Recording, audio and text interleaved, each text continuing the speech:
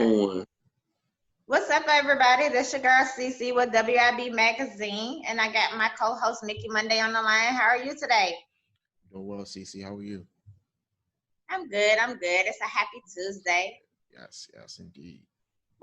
Well, we have a special guest on the line with us. We have Darius Slaughter on the line. Hey, how are you? I'm good. How you doing? Appreciate you having me. Amazon winning book writer, author. Yes. All of the above. Okay, well, tell everybody who you are and where you're from.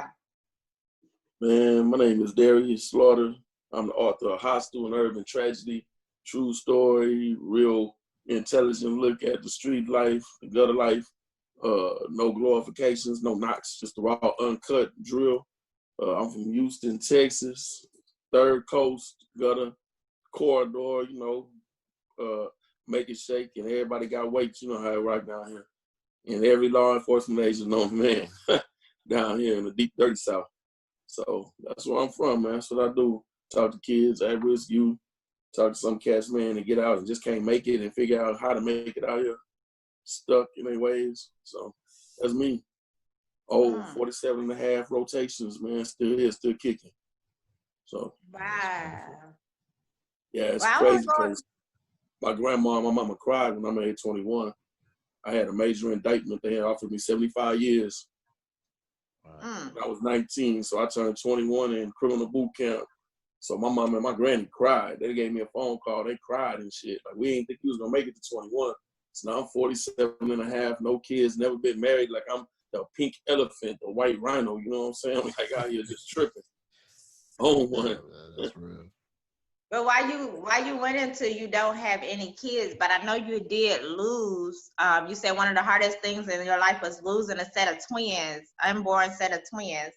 Yeah. I just want to say sorry and prayers to you on that. And how did you get over that experience, to get out of that black space that you were in? I went darker. And at that time in my life, man, I was so caught up in the game. And I went ballistic. I went berserk. Like, you read about it in the book, but I went berserk. I went off the deep end. It was crazy. And then, like, in my second book, you read about I had a baby mama. I had a chick that it was like 52% chance it was mine, and I had just came home from prison. So my understanding was terrible. Like, I was on full animal mode, you know what I'm saying? And thought it was my kid. But I had to prepare myself that it wasn't. And it turned out not to be. So I just kept pushing. That's all you can do sometimes. One thing you learn in the streets, man, just keep on keeping on. Keep pushing. Keep grinding. Good days, bad days, happy days, sad days, joy, mad, whatever. I'm going to grind every day. Make it shake. Well, let's go back to your book. Tell us about this book you wrote. I can't wait to hear about it. Hostile is about my last 7 years in the game before I took a big knock and before my crew took a big knock. And it's not a glorification. It's not a knock. It's a very intelligent look at my decisions and then the consequences and repercussions of my decisions. See, the problem with a lot of like rap songs, some of the books, that come out, they're so gory and they're so animated, but they get away from the human side of the game.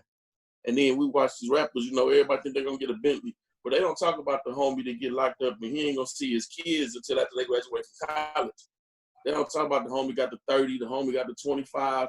He don't get the phone call, his grandma passed, he can't even go to the funeral. They don't talk about none of that. They leave that out. So they got these kids and some of these young men gassed up thinking it's going to be all glory days. But it's going to be a lot of gory days, too. It's going to be a lot of funerals. It's going to be a lot of cats calling home from the penitentiary and another cat answering the phone. You dig? The woman you think is your wife and your everything and all that.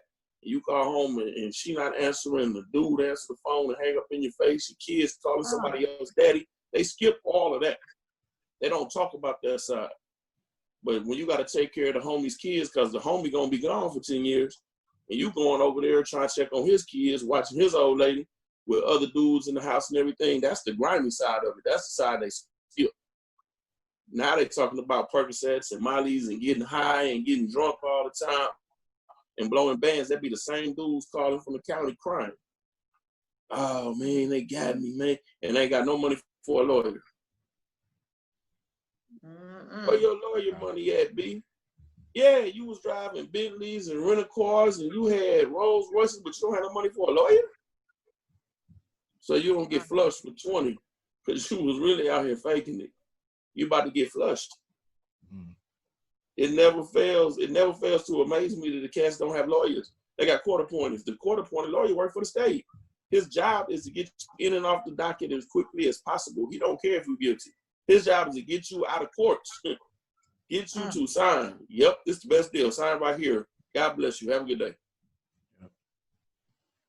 So these cats don't even understand the rules. Like you can take any kid now and ask them about PlayStation, ask them about Xbox, and they can tell you the cheat code for Call of Duty. They can tell you get this gun and get that.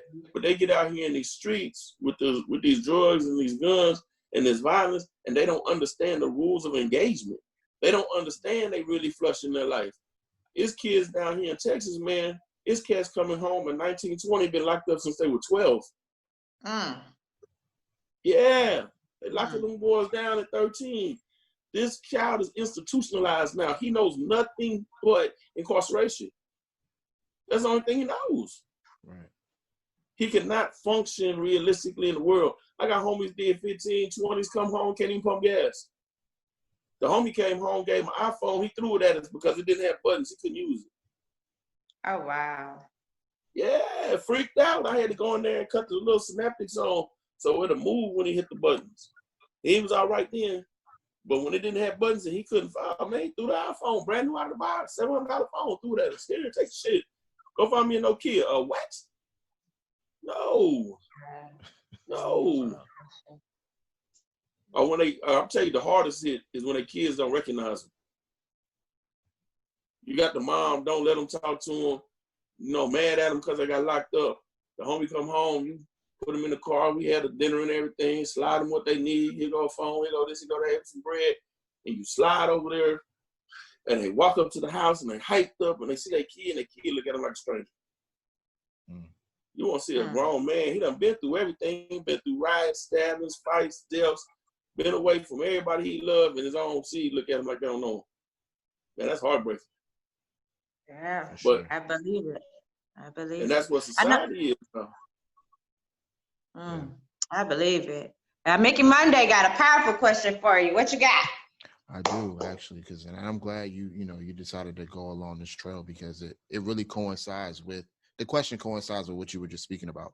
So, can you explain to the viewers how they can be a part of the hostile movement? Because I saw on your website that you had something, a headline that said, be a part of the hostile movement. So is there, have you considered possibly starting a program or organization that will help you, kind of put people on the same path to be more active in their communities or, just pretty much pass down the same information that you've learned that you can pass on other people? You understand what I'm saying? If there's a program or something. Yeah, definitely.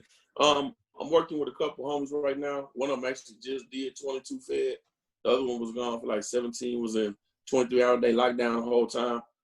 And we are working on a C3 corporation, a 1301C3 nonprofit, and we want to spread throughout the nation and start recruiting brothers from every neighborhood, because the problem lies in a lot of cats can't talk to these kids. These kids not listening to them. Michelle Obama is a great woman, and she can have every program in the world, but she ain't go in the hood and talk to a little grimy kid that's starving like I can, because she never starved. She not on his level. She not on the level that I'm on. A little kid is just like my animals, like my dog. People that look at my dog are like, damn, he got a big old pit bull. There's something wrong with him. But when I go in and talk to these kids, a lot of times they'll have people talk before me and they ignore them the whole time. They looking off, staring. A lot of these young adults, young men looking off, staring. I go in there. I normally wear a long sleeve shirt. I'll take my shirt off. I don't know if you can see me right now, but I'm here all the way up, all the way across, all the way down. So when I go in, long sleeve shirt, I take my long sleeve shirt off. I turn my back on them. So that's blatant disrespect in any culture. I turn my back on them, put the dog up on the table, put him on the desk, tell him to stay, turn around, take my long sleeve shirt off, fold it, put it down. When I turn around, everybody's staring at me. I got everybody's attention. I haven't said a word yet because an animal can sense an animal. It's just like when you're in the club and you can tell another cat that's about their life, and you can tell the cat is really soft. So I'm not worried about them. I'm not paying attention to them. But I'll get that nod from another knucklehead. You know what I'm saying? They're coming through the crowd. You got two big dudes, and they might be bumping everybody else, but when they get across from each other, they both turn their shoulders. That's mutual respect because they understand each other. They on the same level. They can sense it. They can smell it. They can see it. So I want to not just from us talking, but I want to recruit cats from every neighborhood, from every state to come together and say, listen, man, we got to do better. Because just right now, you know, George Floyd is from Houston. Everybody knew him. He worked clubs down here. It's tragic the way they did that man. But the question that resounds on the backside of that is, why don't we act like that when cats in the hood kill cats in the hood? Mm. Know what I mean? We got 100 murders a year in the hood. That's tragic. Cats getting smoked with tennis shoes and baseball caps and $100 and cell phones. We don't react like that. It's just news. Hey man, little John got shot. Oh yeah, man, that's fucked up. Okay. And next, what we gonna eat? We don't react the same way when we do it. So it's not justifying it because they definitely out of line. They've been out of line forever to get over, stop overleaning on us for decades since you know sharecropping times. But at the same time, we do more damage to ourselves than anybody else, and we don't hold ourselves accountable. And while you talking about, you did mention your dog. His name is Doom, right? Yes, ma'am. Doom. What is the meaning of Doom? Because I see him everywhere, like on your cover and on your photos. Like he's like your best friend / but I know he has a meaning behind him. What is that meaning behind Doom? Doom is the epitome of what society looks at us like. So I'm a large, tattooed, black, convicted Negro.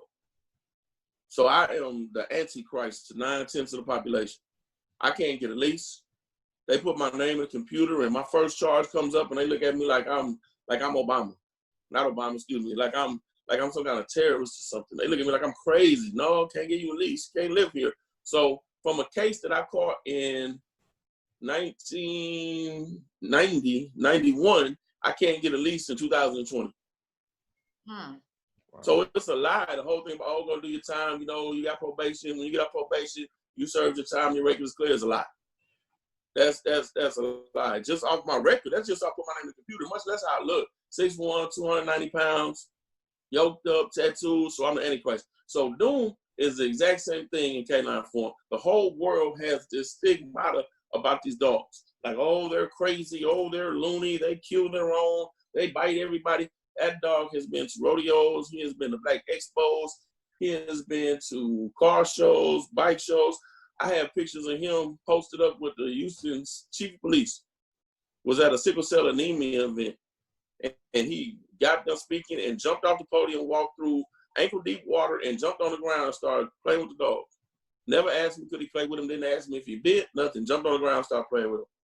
You know, so he breaks the stereotypes that everybody cares about pit bulls, which a lot of society cares about black people.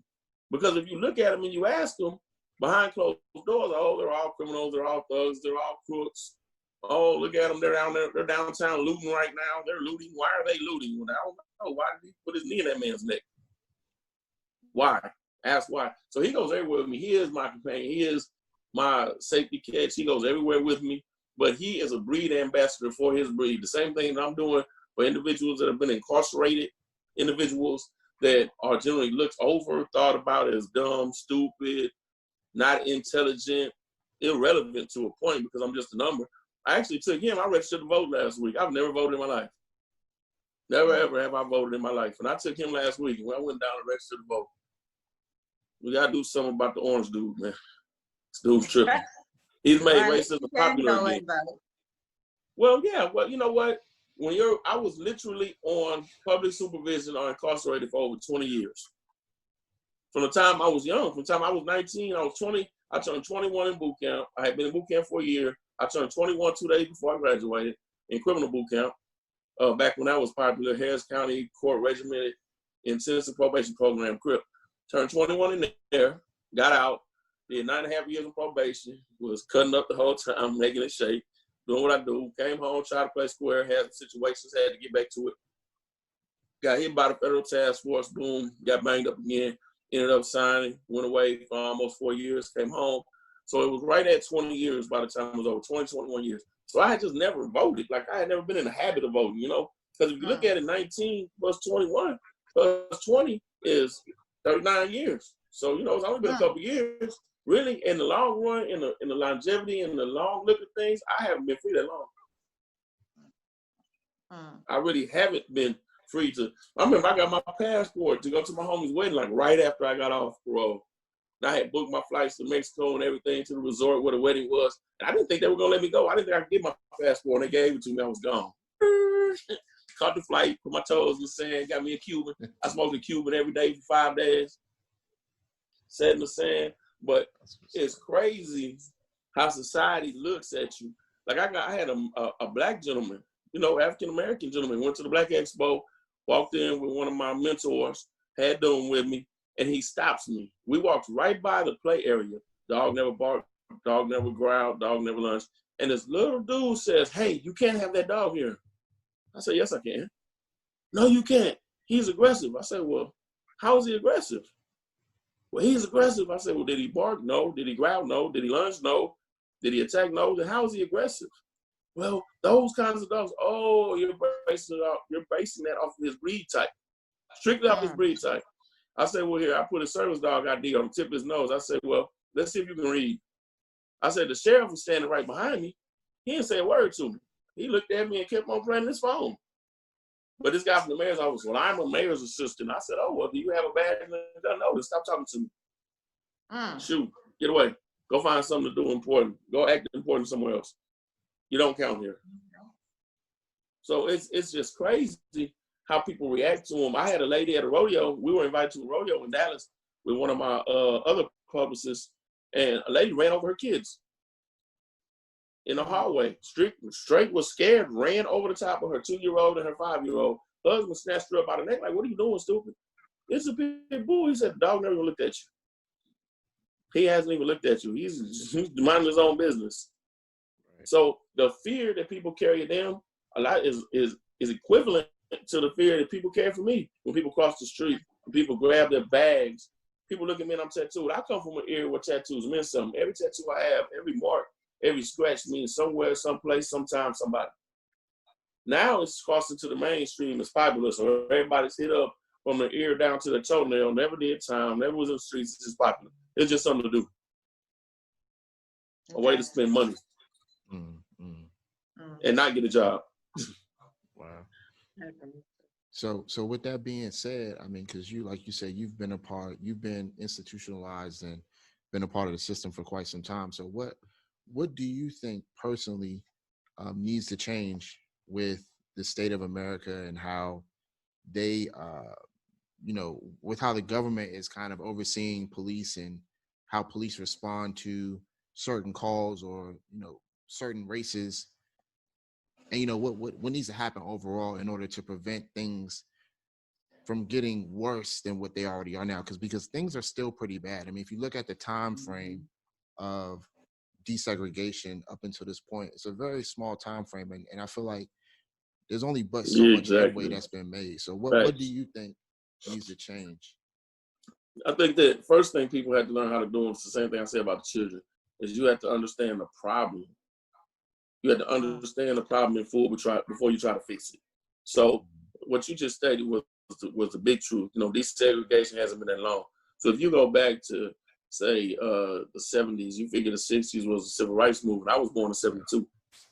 Okay, so that's 12 years before I was born. So if you look at the Senate, Congress, the age to take over and take a seat is what, 30, 35 up to around 45, 50. So if you look at major corporations, you look at CEOs, look at all the decision makers right now in industry are in their 50s or 60s. So if you get on your fingers or your toes and you count back, those are the kids or the grandkids of the people that were out there sicking dogs on people, or the people that are out there beating people for trying to integrate schools, or the people that were out there marching, they were out there with fire hoses, the Klansmen, their kids that they were taking out to watch people get lynched. Those are the people that are running government right now. Those are people that are running corporations right now. Those are people that are running the infrastructure of America right now. They were indoctrinated into that. It's in their blood. They just got quiet about it. Trump made it popular to bring it back to the forefront, but it was still there. He didn't create it. It was already there. They were just quiet about it. That was dinner table talk. or N-word this, N-word that, nigga this, nigga that. Can't stand them around the dinner table or at the country club, but then when they go to work, they know, well, they got, EEOC and all that, so we're going to have to chill out with that at work. But it's the glass ceiling. We're only going to promote good old boys. And the only people that I'm going to promote into position of power are going to be people with my same doctrine, people that see it like I see it. So it's just like you going to a major college. Like I got a homeboy. He went to Texas A&M, black dude. Man, like A&M, it was cool. No, it was what it was. But he can go anywhere in the city and they see that A&M graduation ring on his, that A&M class ring on his finger. He can work in oil and gas for the rest of his life and be paid just because of that ring, because he belongs. Same thing. So on the cop side, you had a thin blue line, the biggest gang in the world, hands down. They always talk about gangs and this and that. Biggest gang in the world, thin blue line, because they do not snitch on each other. If they tell on each other, they get ostracized from the police force, and all of them ride down on them. And then they have their power comes to the government. It's the biggest gang in the world. And I know some great police officers, and I know some dicks. Bottom line, the problem is that they do not police themselves. They do not. They have made it impossible for a good police officer to police a bad police officer because of the thin blue line. It's us against them. It's us against them. This is what they preach. It's us against them. That's why you see the stickers. When you see the stickers in the back of cars, you see the stickers on bikes, see the stickers in their windows, thin blue line. They have created the mentality that it is them against the public. Now, if you go to Europe, the police are there to help the public. The way they dress is non-aggressive. The way they interact is non-aggressive. The way they talk, even their police dogs, a lot of them don't even run German Shepherds. They run different dogs that are less intimidating, for the simple fact that they want to integrate and be a part of the community. America has gotten away from that. It went to the Gestapo side, where the thin blue line, the judges, certain secret organizations, if you walk in, you say a secret phrase in the courtroom, you're automatically not guilty because the judge is a member too. And it's been like that for decades.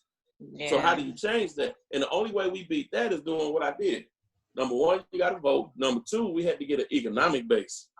Because when you get an economic base and you control the money, then you get attention.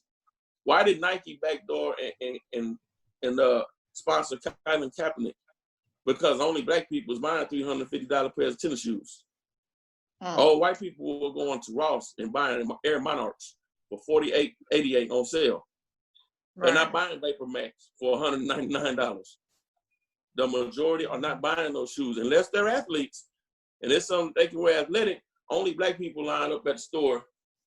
And it's a generalization because there are the rap culture has taken over every race, from Korea to China to everywhere. But the majority, who else lines up for Jordans and stands outside for 9 hours so he can invest the money in prisons and lock up their family? Only us. And even after it came out that he had all those prisons, nobody boycotted. They still lined up. They have apps for your phone to tell you when the Jordans drop. Shoe apps to tell you so that they can make sure they get your $350 because you had to have the shoes early. I work in the nightclub industry. I see it every day. Man, I got shoes before they came out. I paid $390 for these shoes. And they pay weekly. But the question is, if we don't have banks, I think there's one black bank in Houston. We have 8 million people. How? How do we only have one black bank? That's where you start to get into the economic side, because once we get the money and we start to control our spending platform, then we get lobbyists. Washington is controlled by lobbyists. It's not controlled by senators. It's not controlled by congressmen, because all their kids' bills are paid by lobbyists. Right. The lobbyists make the decisions on the side. That's why they all take these big vacations. They all go here. They all go there. The kids go here. They're on private jets. They're on private yachts. They're at Aruba. They're all over the world on lobbyist money. So when we start to get an economic foundation, then we start to make decisions that affect the country, because I say, you know what? I shut shit down. I'm okay. But that's why they bomb Black Wall Street. I tell people all the time, desegregation was the worst and the best thing that ever happened to the black community. Because as soon as they desegregated, I didn't want my Buster Browns from you, because I wanted to ride the bus 2 hours and get beat up to get them from the white store, because I could say I got them from the white store. It was the same shoes. But now I starved out Mr. and Mrs. Johnson because we all had to go over here so we could look cool. So when all the stores in the black community started to fail, we got what we wanted, but sometimes you have to watch what you ask for, because the same thing that we fought so hard for also destroyed our strength. Because now we wanted to acclimate. Yeah. The process of acclimation beat us up. Well, I know we're on a time limit. I know we could go on and on and on, but I want to get to these trivia questions with you before we get on. Because, you know. Okay, so my trivia question for you is, if you can open up something to help with one of these three people, what would you open up, and which one would you open up for? Would it be for the inmates? Would it be for the young teens? Or would it be for the homeless people? Which one would you choose to educate? I would, at this point, I would open it for the teens. Okay. Because inmates, I believe inmates are harder to reach because they come home pre-programmed and predestined to what they're going to do. Every inmate I knew what he was going to do when he went home. Whether he was going to go straight, whether he was going to go sell work, whether he was going to beat up his baby mama. He knew what he was going to do when he got released. Teens are still in that phase where they can be saved.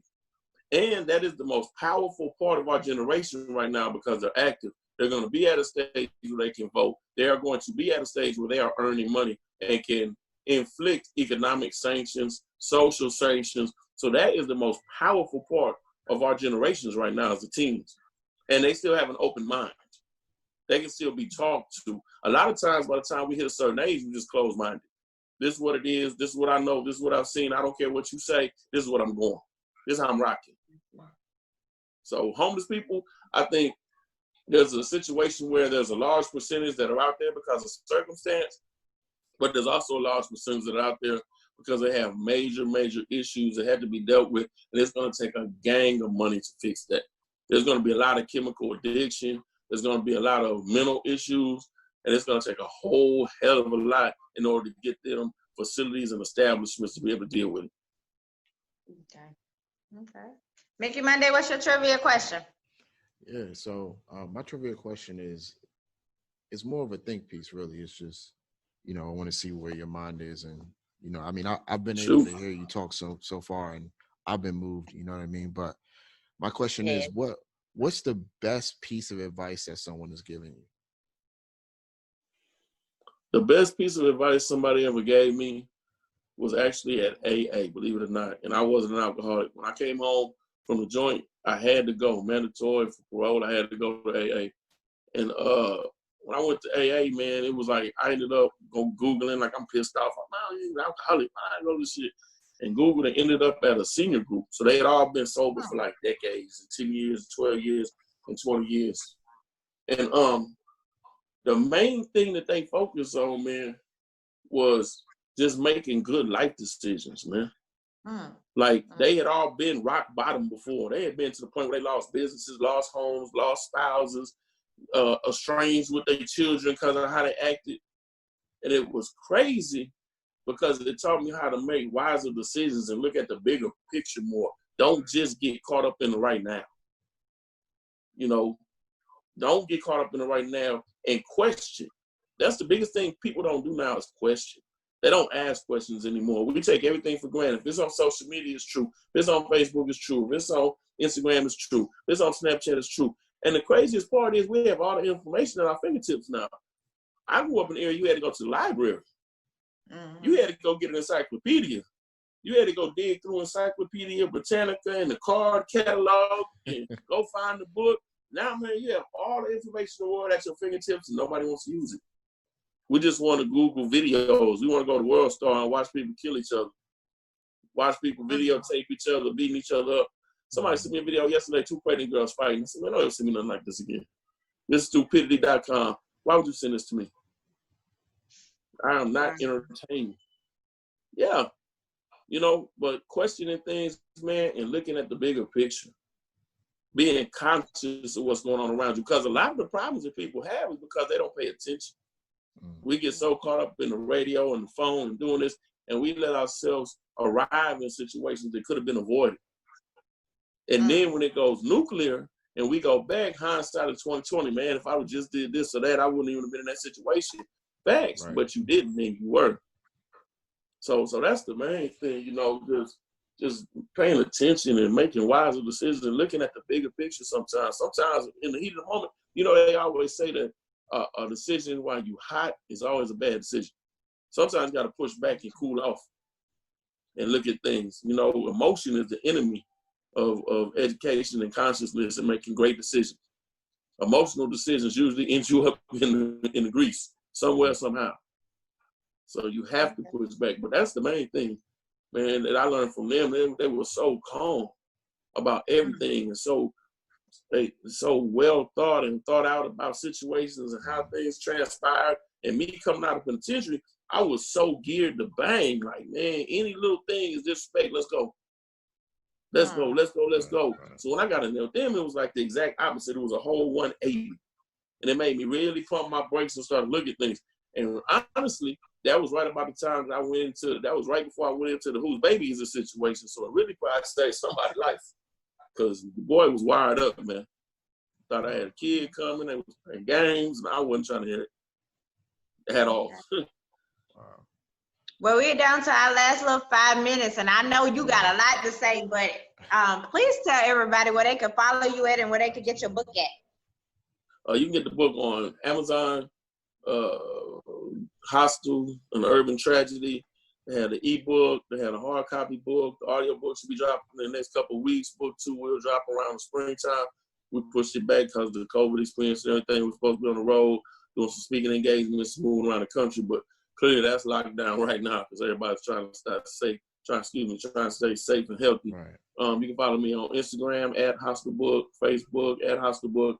The website, www.hostelbook.com, is up. So we'll be listing future appearances and whatnot and where we're going to be and some different programs that we are currently enlisted in.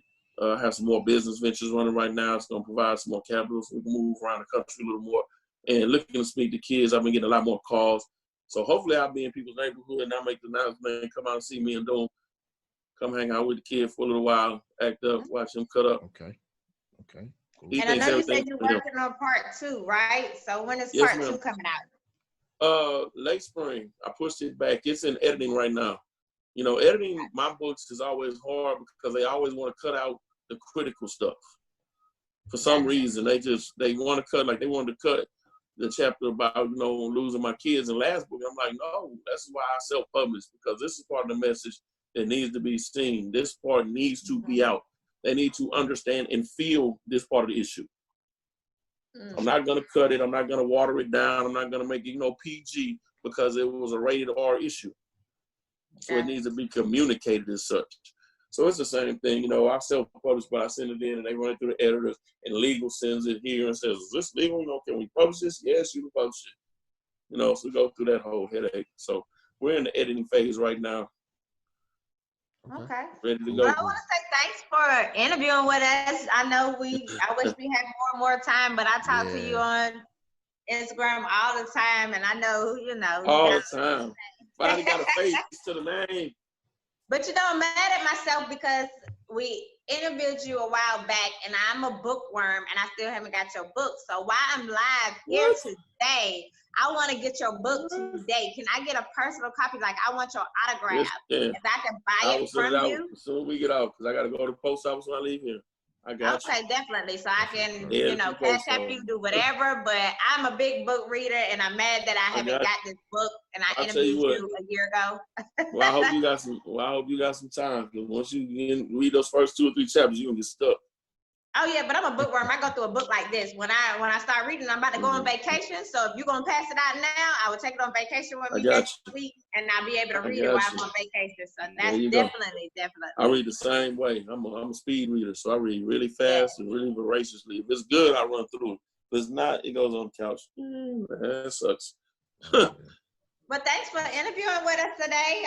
Mickey Monday, you have anything you want to say before we get off? I know we're running out of time. Yeah, no, it's cool.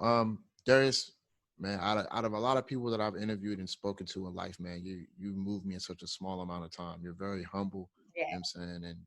And you know, you seem to have everything together.